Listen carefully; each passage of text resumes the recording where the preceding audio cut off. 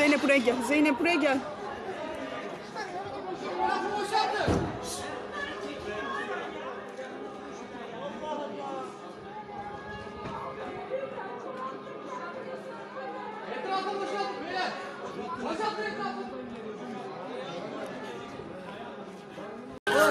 Patlar, bu araba patlar, araba patlar.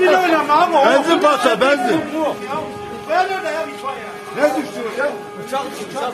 Abi uçak. Ne uçağı?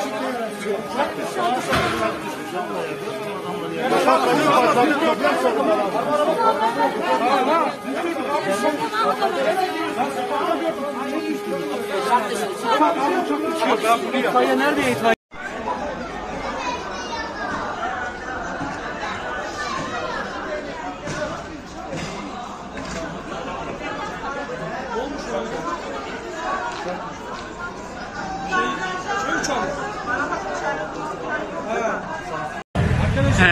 Arkadaşım benim arabam bu. Gel buradan.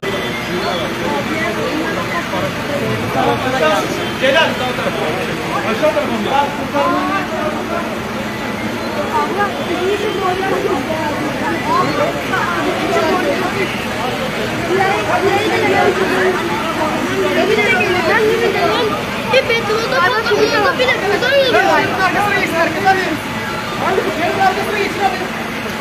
Hadi.